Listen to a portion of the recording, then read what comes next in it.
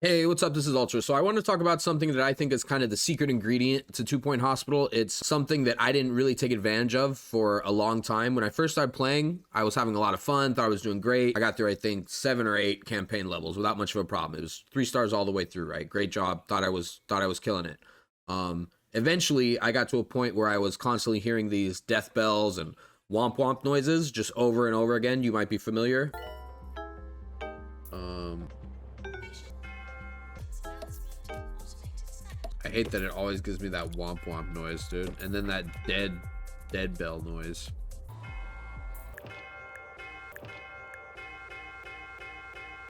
And eventually that starts showing on the financial side of your hospital, and you can't build anything anymore, which was what I was spending most of my time doing, honestly, was building rooms, setting up snack shacks and stuff like that.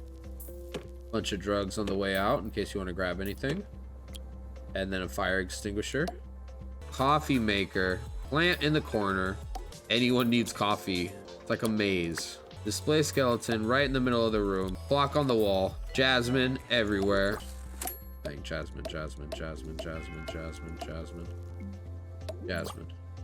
We love Jasmine.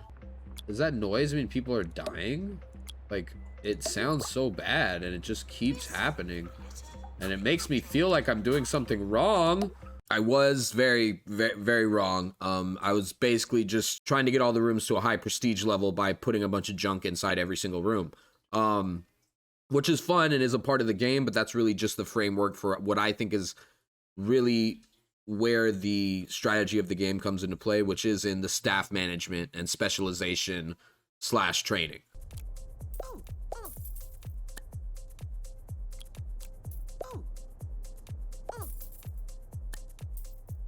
Arnold pudding. The real trick here is going to be constantly adjusting and managing your job assignments tab, particularly among your doctors and nurses, although eventually you probably do want to do the janitors and assistants as well when you get things like marketing and you're doing a lot more upgrades to your machines, things like that.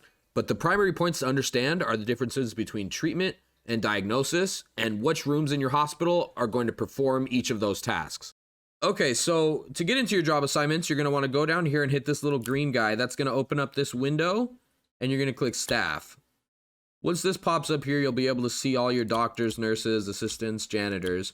But what you really want to focus on is this little button here, job assignments. So you'll click that, and this is going to open up the job assignments for every staff member in your hospital. So I've reset these all so we can go through and do them. So let's get started, okay? Again, you're going to want to understand the difference between diagnosis and treatment. So I usually use the all tab, but in the beginning, when you're getting familiar with the different rooms, you can use this to switch it out and decide who you're going to put where. So let's put it to all for now. This doctor here, let's see, treatment, diagnostics, and GP. So he's definitely going to be a GP, right? Diagnostics and GP go hand in hand because the general practice room is only for diagnosis. X-ray is a diagnosis room, so you can work in there, right? DNA lab, that's a new one that I just unlocked in this particular level, so we don't have any of those. Deluxe clinic is treatment. Pan's lab is treatment. Shot clinic as well as treatment. So technically this doctor could work in all of these rooms decently, right? When you have a higher level, when you have higher skill level and you have a treatment 3 or a GP 3, you might want to specialize these down further. But for now, a doctor like this could work everywhere, okay? So let's move on to the next one. This doctor's GP 2, bedside manner, research, and diagnostics. So he should only be a GP. He has GP 2 and diagnostics 1, so he should just be a GP. This doctor here has diagnostics, psychology, and treatment 2. So he should not be a GP for sure. The GP's office is very important, I've found, in the success or failure of your hospital, because that's where most of your diagnostics are done. And if you have a wrong diagnosis, then they're going to get the wrong treatment and you're going to fail. This doctor, GP2 and nothing else, so he shouldn't do anything else. This doctor here has training masterclass, treatment, diagnostics, and research. So he's a very generic doctor and he's great for training because he has a training masterclass. So whenever I'm running a treatment or a diagnostics class, I would consider this guy, right? So he has treatment and diagnostics, so he can do all those, but we just don't want him to be a GP because a GP should be more specialized. This doctor has diagnostics 2 and GP. So he should just do X-ray and GP, and that's it. So GP2, diagnostics. Again, This doctor should only be in the GP's office. This doctor has diagnostics 2 and treatment. So he shouldn't be in the GP's office. But he can do x-ray for sure.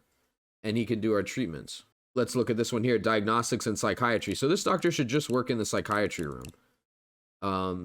I think. There's no reason for him to go anywhere else. This doctor has psychiatry 2 and diagnostics, same thing. He should just work in the psychiatry room. Psychiatry is pretty high demand.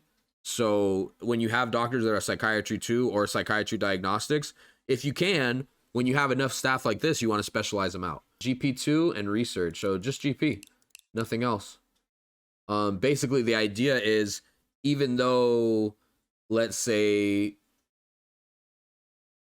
we could maybe have this doctor do something else, that if he's working in a room that he's not specialized in, that means the doctor who is specialized in that room is not going to be able to work in there and treat that patient. So you want to be as selective as you possibly can. Let's scroll down a good deal here and see what else we got. So diagnosis and GP and psychiatry, right? So I like him in psychiatry. I like him in GP, but I don't want him in x-ray because I'd rather have a doctor with diagnostics 2 in x-ray. And I don't want him in treatment because he has no treatment. This doctor doesn't really have anything except research, right? So this is what I'm talking about. This doctor here can just do research. He's got bedside manner and motivation, but nothing else. So we don't really want him treating or diagnosing anyone. Diagnostics 2, we want him doing only diagnostics. We don't need him in GP. He's just an x-ray doc. That's all he does is x-ray. Again, diagnostics and GP, okay, just x-ray and GP. Same thing, just x-ray and GP because he's got diagnostics 2 and GP. This doctor, diagnostics 2, and that's it. So he's definitely not going to do treatment. And he's not going to be a GP. Treatment 2 and psychiatry. So we don't want him in GP. We don't want him in x-ray. He can do treatment and psychiatry, and that's it. This doctor, GP, that's it. Only GP.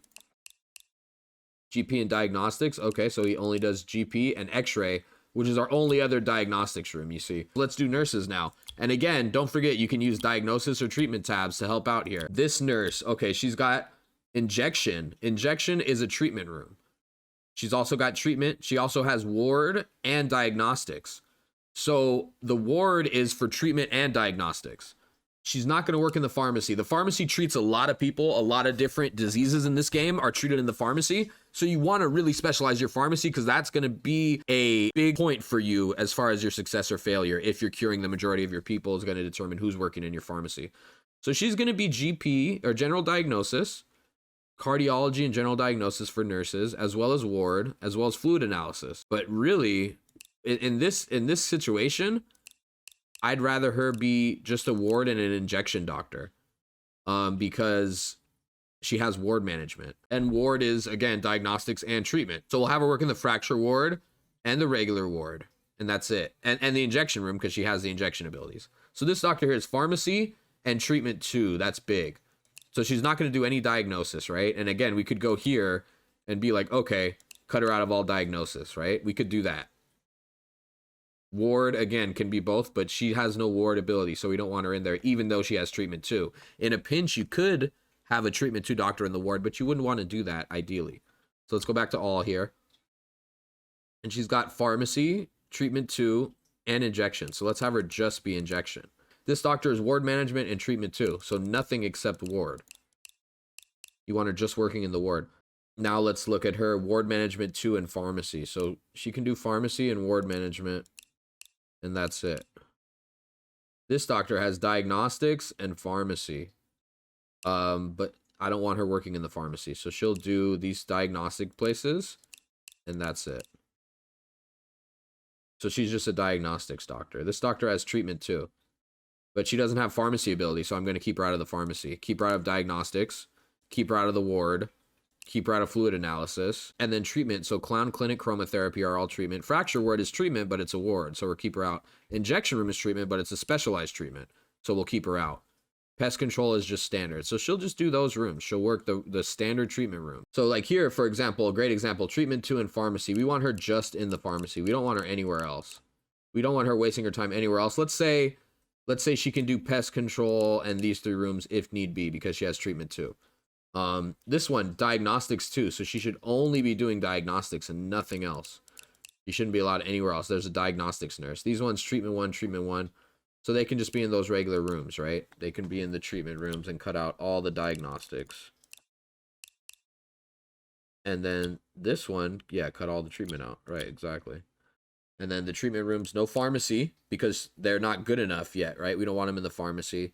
They can do those. We don't want them in the ward. We don't want them in injection because they don't have any specialized abilities. And eventually you can come in and do your assistants as well. For example, you'd look for an assistant with high marketing, like this one here, high marketing. You'd want him just in the marketing room, right? But this isn't as important. Oftentimes this will work itself out until you get to the end levels. Same thing with janitors. You might want a janitor that's going to go around and use his mechanic skill just to repair your stuff because he's mechanic 3, and another doctor just to go around and get ghosts. But again, not as important to the success of your hospital as the nurses and the doctors. So I used the kind of lengthy set of examples there for anyone who might not have gotten it right off the bat. That way you can see my thought process in doing it.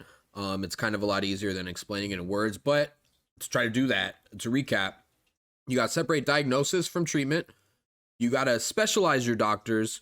So the diagnosis doctors and GPs learn more diagnosis, treatment doctors learn more treatment or specialize in specific treatment rooms, so on and so forth. The training room is going to be a huge factor in this, and you'll want to start utilizing training rooms to train doctors early on in your hospitals, especially if it's a harder mission or later on in the game. But I'm going to make another video that's going to focus on the training room and how to utilize that early on, and it'll link up with this video. So I'll link that somewhere up here. And yeah, so that pretty much covers it. Hope you guys enjoyed the video, and if you want to go follow me on Twitch, I am Twitch TV Ultra Pissed. You can check me out. There'll be a link down below. Okay, thanks a lot.